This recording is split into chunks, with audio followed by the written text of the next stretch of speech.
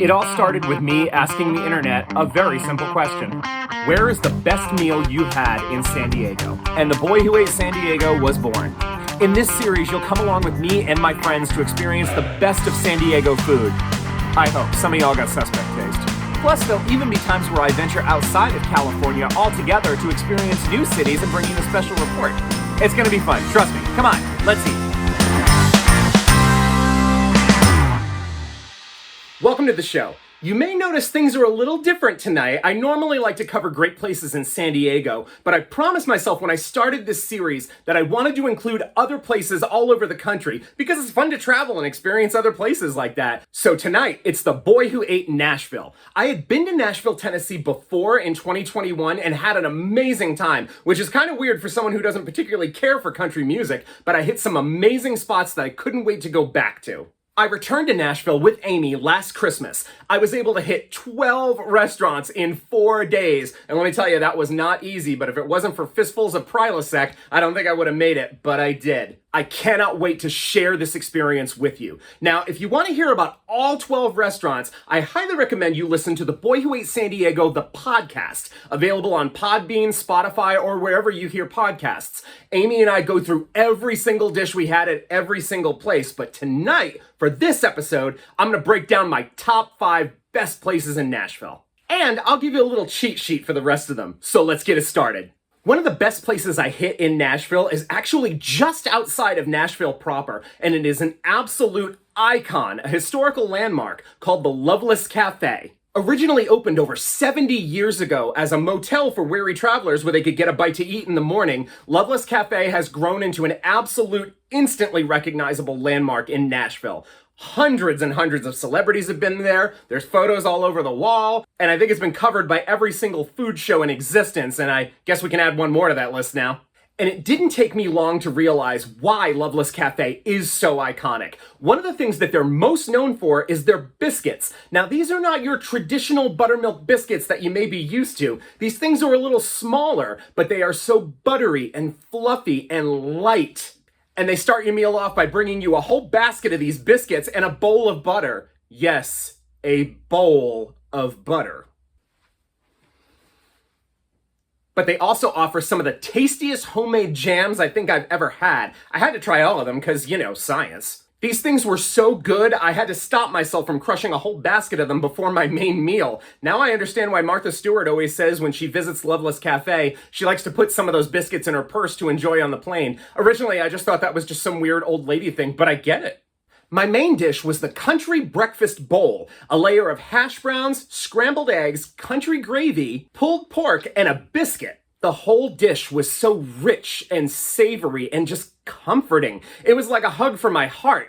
I'm really glad I don't live in Nashville because I would want those heart hugs every day, but I have a feeling that someday it would hug my heart a little too tight and it would be over. But think about how happy I'd go. Our server told us that the same guy has been smoking that pulled pork at Loveless Cafe for over 20 years. She said if he ever dies, they don't know what they're gonna do. And I get it. This was some of the best pulled pork I have ever had. Rich, smoky, savory, so good. And everyone there was so nice. The staff was so friendly and welcoming. Loveless Cafe is the real deal. I cannot recommend it enough. Another early morning spot we hit up while in Nashville is Five Daughters Bakery, home of the 100-layer donut, which if you don't know what that is very similar to like a cronut was. Remember those? These bad boys can take up to 3 days to make, and I can see why. They look like a work of art, and when you open up the donut, you see all of these layers of rich, flaky goodness. They are so delicate and light and sweet. We ordered a whole bunch of them, and thank goodness I had friends at the hotel to share these with because I could not have gotten through this whole box on my own. Some of my favorite flavors were the Strawberry Fields, the Vanilla Buttercream, and the Boston Cream. One of the things that struck me the most about this Boston Cream donut is when I picked it up to take a picture of it and put it down, you could see my fingerprint in the chocolate. This is real dark chocolate ganache. I almost feel bad telling you about what my favorite donut was because we were there at Christmas, so it's a seasonal item, so I can't guarantee that it'll be there if you go there any other time of the year, or even next Christmas. But I'm going to tell you about it anyway. My favorite donut at Five Daughters was the mini sugar cookie donut. It was a mini donut that had a really cute decoration and very festive on top, and inside was this delicious, fluffy, light buttercream. It was so good. Now, one of the things I will tell you about Five Daughters Bakery is that there isn't any indoor seating. And on the morning that we got there, it was cold and rainy. And while there are areas outside, like a kid's playground and picnic tables where you can take photos and stuff like that, these things ate just fine from the front seat of our rental car. I was seated there with my box of donuts and my very solid cup of coffee, happy as a wannabe. Five Daughters is legit. You need to go. Breakfast really seems to be where it was at for me on this trip to Nashville, because the next place I want to tell you about was yet another breakfast place. This was on about day 3 of my trip, and I'm going to keep it real with y'all. I woke up with some ravaging heartburn, but I chewed my Tums and went on my way and soldiered on, because that is what we do. We hit the Gulch area of Nashville for Biscuit Love. Now, obviously, if you're going to call the place Biscuit Love, you specialize in biscuits. And their biscuits are marvelous, but the thing that drew me in from the first bite, the thing that I will order time and time again, I am absolutely obsessed with these things. It's called the Bonuts. Biscuit dough rolled in powdered sugar and lightly fried, served with a delicious lemon mascarpone cream on top, and served over a bed of blueberry compote. Y'all, these things are the most magical, delicious things I can ever remember having. You don't even know. These things are so light and soft, and that mascarpone cream is so delicious with that citrus note and the blueberry on the bottom. Oh! And while the Bonuts are incredible, my main dish is also one of my favorites.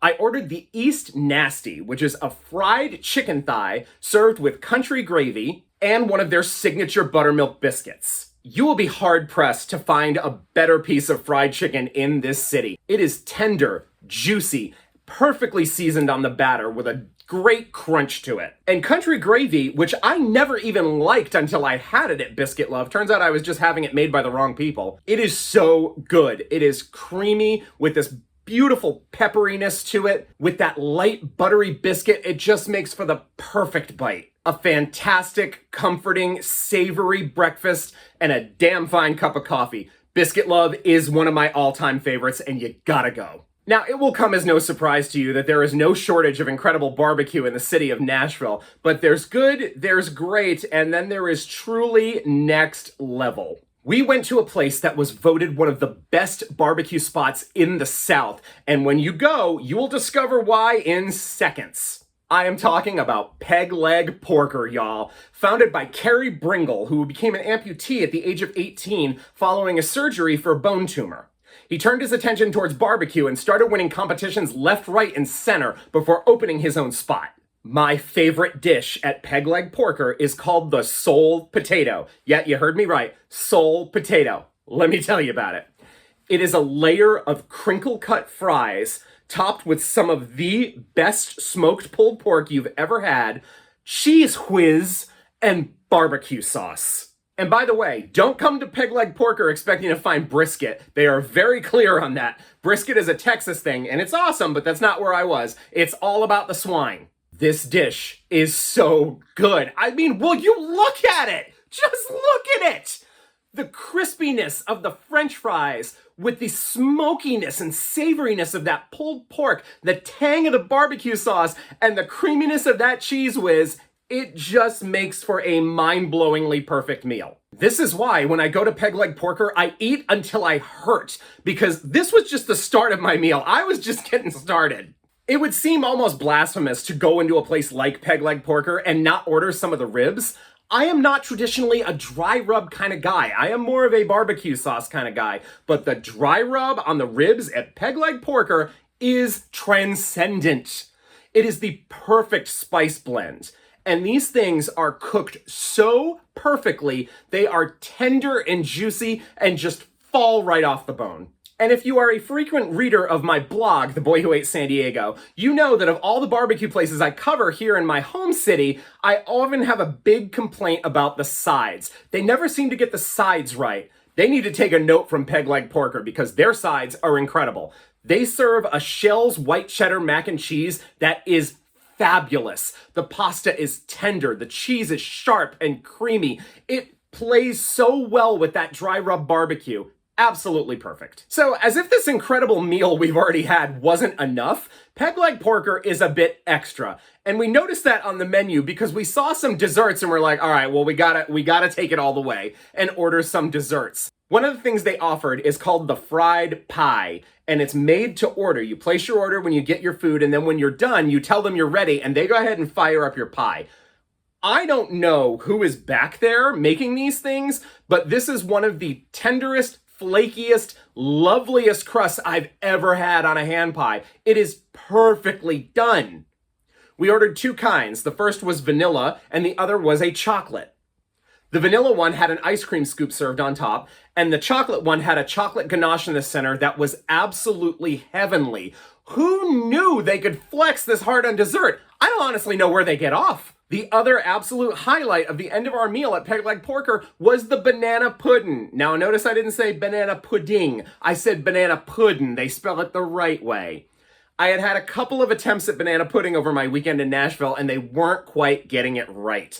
I don't know what this city's aversion to whipped cream is, but I have questions. Peg Leg Porker did not let me down. The banana pudding was perfectly sweet with crispy vanilla cookies in it and whipped cream on top. Actual whipped cream. I was so happy. When I tell you I had to be carried out of Peg Leg Porker. Nashville was an embarrassing wealth of riches when it came to incredible meals, but there was one place that stood head and shoulders over the rest. The one place that was the most incredible meal I had all weekend, and the place I will run back to the next time I am in town. And it's owned and operated by celebrity chef Meade Chauhan. Chauhan Masala and Ale House is a refurbished brick garage in Nashville. And when you walk in, it is the most charming thing you've ever seen decorated, but the thing that hits you immediately is an intoxicating smell of curry. Meade Chauhan's goal with this place was to combine traditional Indian fare with modern American and Southern cooking. And she hit the nail on the head 12 ways from Sunday. I love Indian food, and one of my favorite delicacies is naan bread. Chauhan Masala and Ale House does a garlic parmesan naan. It was so tender and soft and warm and delicious. The garlic brought just a little bit of that tang, and the parmesan added a little bit of salt. It was absolutely addicting, and it is totally dippable in the curry. For my main dinner, you can build your own curry at Chauhan Ale House. So I chose the garlic ginger shrimp mixed with a korma curry, which is a saffron and cashew based sauce. I was so shocked how many tender, plump, and delicious shrimp were in this tiny little bowl. The curry was the perfect level of creamy and spicy and married so well with the shrimp, and best believe my naan bread saw the inside of that bowl numerous times. And it's served alongside a fluffy and delicious basmati rice. Now, the meal was incredible, but the one thing that none of us anticipated, the absolute standout of this dinner, was something nobody saw coming. We just ordered it because it sounded interesting. Like most restaurants in Nashville, Chauhan Masala and Ale House offers a mac and cheese on their menu, but they do theirs very differently.